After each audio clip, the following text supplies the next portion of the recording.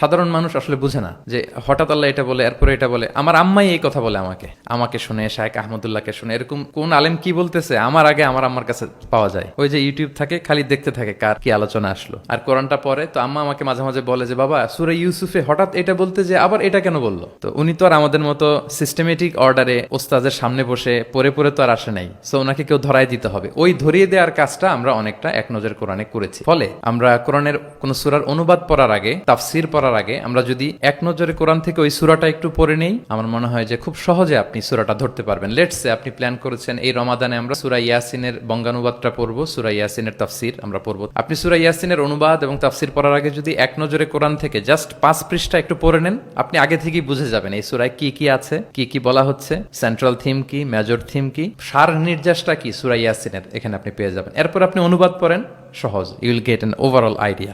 সহজ হবে আপনার জন্য ইনশাআল্লাহ বিইذنিল্লাহ। অর্ডার করতে ভিজিট করুন রকমারি.com।